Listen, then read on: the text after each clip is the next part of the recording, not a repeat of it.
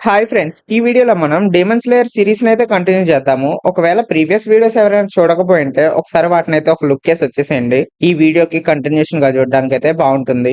And మనకి last చాప్టర్‌లో అయితే గియోమి తన మార్క్‌నైతే అవేకెన్ చేశాడు కదా! సో, అక్కడి నుంచి మనకి చాప్టర్ అయితే స్టార్ట్ అవుతుంది. బట్ ఆ సీన్ స్టార్ట్ అవ్వడానికి ముందు మనకి ఇన్ఫినిట్ క్యాసల్‌లో జరిగే మిగతా సీన్స్ గురించైతే చిన్న ఓవర్ లుక్ అయితే ఇస్తారు. అండ్ అక్కడేం జరుగుతుందంటే కనావో అండ్ ఇనోస్కే అండ్ జెనిట్సు వీళ్ళు ముగ్గురు అయితే సెపరేట్ డైరెక్షన్స్ నుంచి వస్తూ ఒక కార్నర్ దగ్గర అయితే కొలైడ్ అవుతారనమాట. అండ్ అట్లా కొలైడ్ అయ్యి వాళ్ళు నలుగురు అయితే ఒక చోట ఉంటారు. అండ్ ఇప్పుడు మనకి సీన్ షిఫ్ట్ అయ్యి మళ్ళీ బ్యాటిల్ ఫీల్డ్ లోకి అయితే ఎంటర్ అవుతుంది. అండ్ అక్కడ మనకి చూసుకుంటే మిచిరు అయితే తన స్వాట్ ని ఆ పిల్లర్ నుంచి కష్టపడి గింజుకొని బయటికి లాగుతాడనమాట.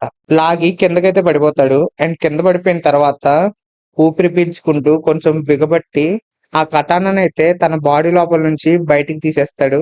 అండ్ తీసేసి చాలా పెయిన్‌లో అయితే ఉంటాడు తను. అండ్ ఆ పెయిన్‌లో నేను ఇంత ఇంజ్యూర్ అయిపోయి ఉన్నాను. నా కండిషన్‌కి నేను నార్మల్‌గా ఫైట్ చేయాలంటే చాలా కష్టము.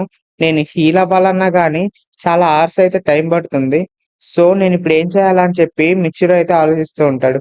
అండ్ అట్లా ఆలోచిస్తూనే తన దగ్గరున్న క్లాత్‌తో అయితే తన ఇంజ్యూరీస్‌నైతే కట్టుకుంటూ ఉంటాననమాట. బ్లడ్ బయటికి రాకుండా. అండ్ అట్లా బయటికి రాకుండా కట్టుకుంటూ నేను అప్పర్ మూన్‌ని ఎట్లాగైనా డిఫీట్ జేయాలి.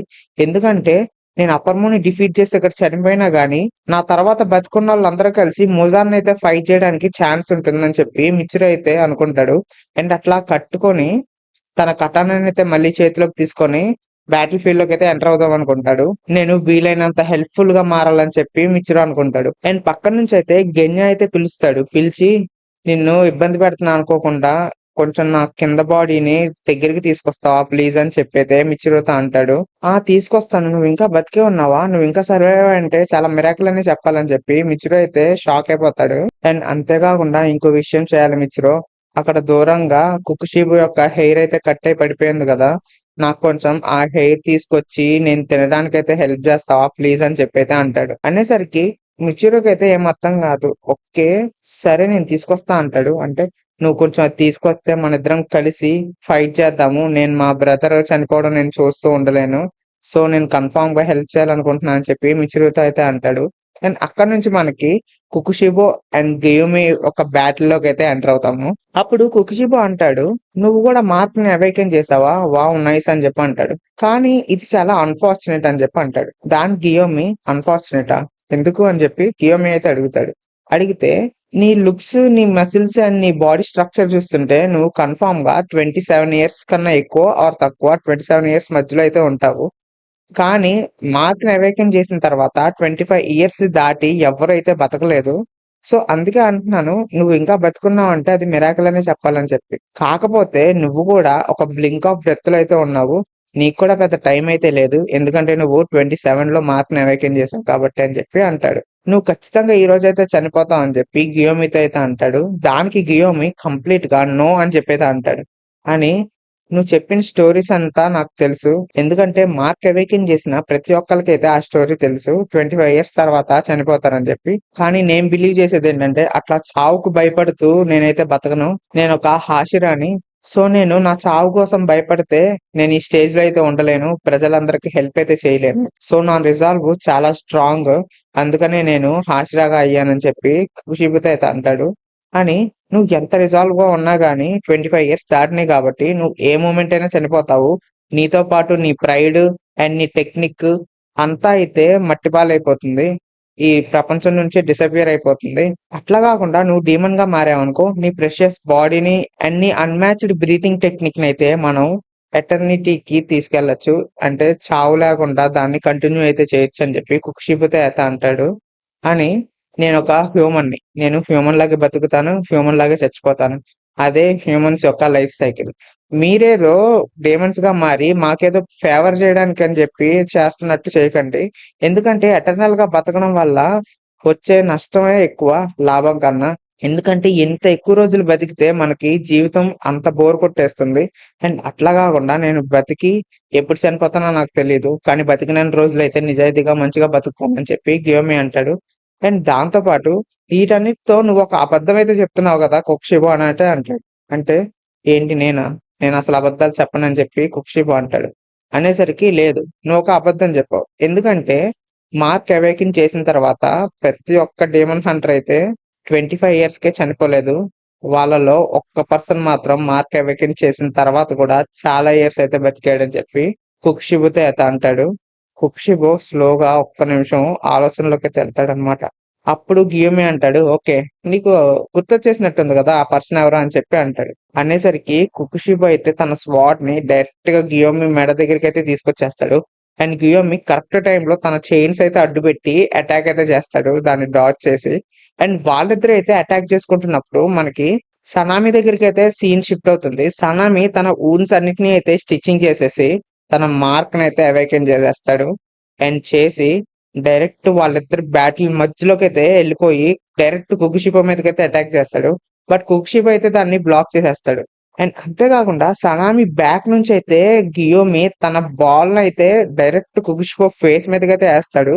బట్ దాన్ని డాడ్జ్ చేస్తాడు. కాకపోతే ఇక్కడ మనం చూడాల్సిందేంటంటే గియోమి ఎనక నుంచి అంటే సనామి వెనక నుంచి బాల్‌నేస్తే దాన్ని సింక్రనైజ్డ్‌గా సనామి అయితే తప్పించుకొని దాన్ని కుక్షిబో మీదకొచ్చేలాగా చేశాడు.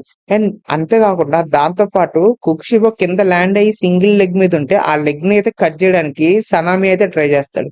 అండ్ వీళ్ళిద్దరైతే కంప్లీట్ సింక్రనైజ్డ్‌గా అయితే ప్రతి అటాక్‌ని చేస్తున్నారు.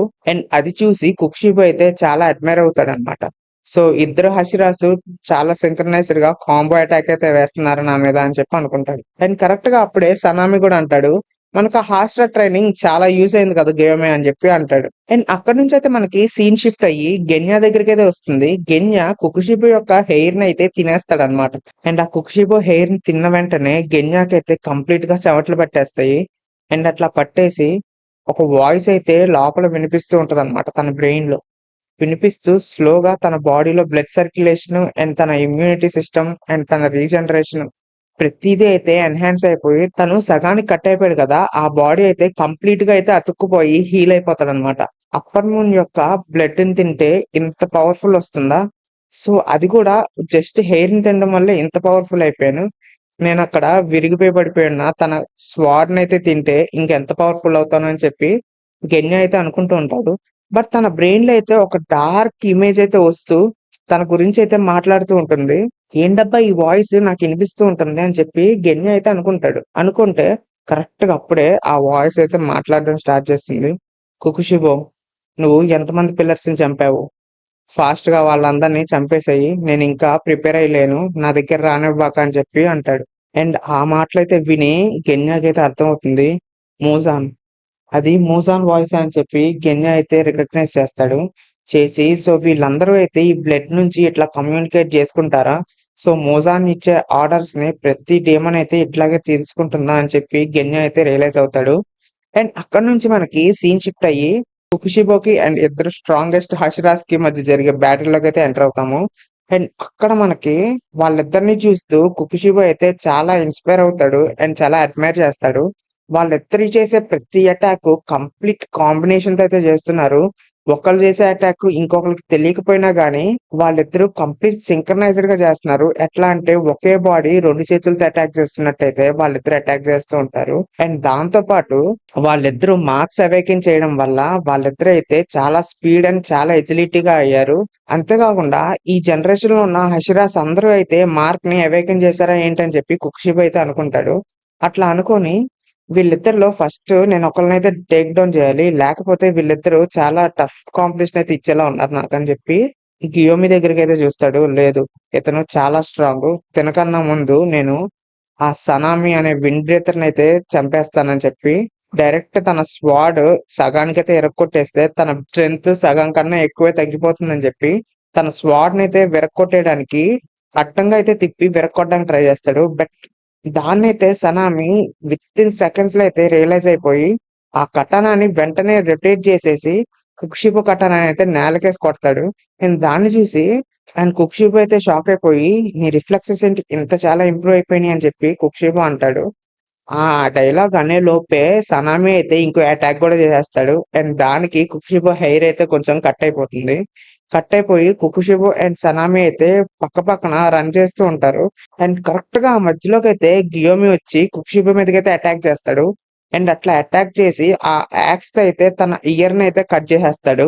కట్ చేసేసిన వెంటనే కుకుషిబో మీదకి సనామి అయితే డస్ట్ వాల్ విన్స్ ప్లేస్ అయితే చేస్తాడు. చేసిన వెంటనే కుకుషిబో అండ్ గియోమి అయితే విడివిడిగా అయిపోతారు. అండ్ వెంటనే సనామి అండ్ గియోమి ఇద్దరు కలిసి, సనామి అయితే విండ్ బ్రీతింగ్ 7th ఫామ్ అని అండ్ గియోమి అయితే రాక్ బ్రీతింగ్ 1st ఫామ్ అని చెప్పి ఇద్దరు కలిపి అటాక్ అయితే చేస్తారు కుకుషిబో మీదకి.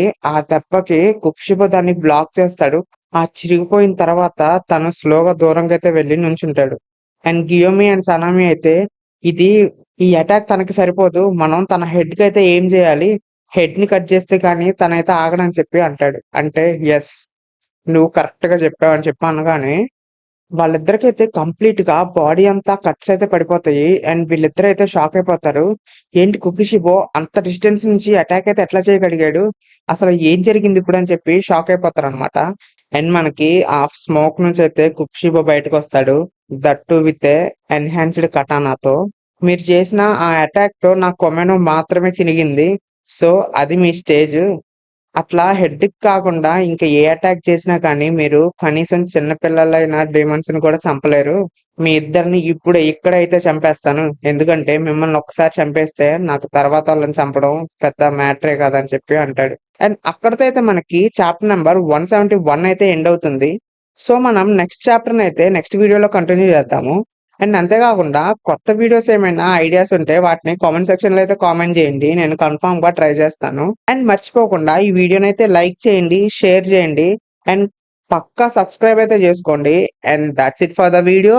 అరిగతో.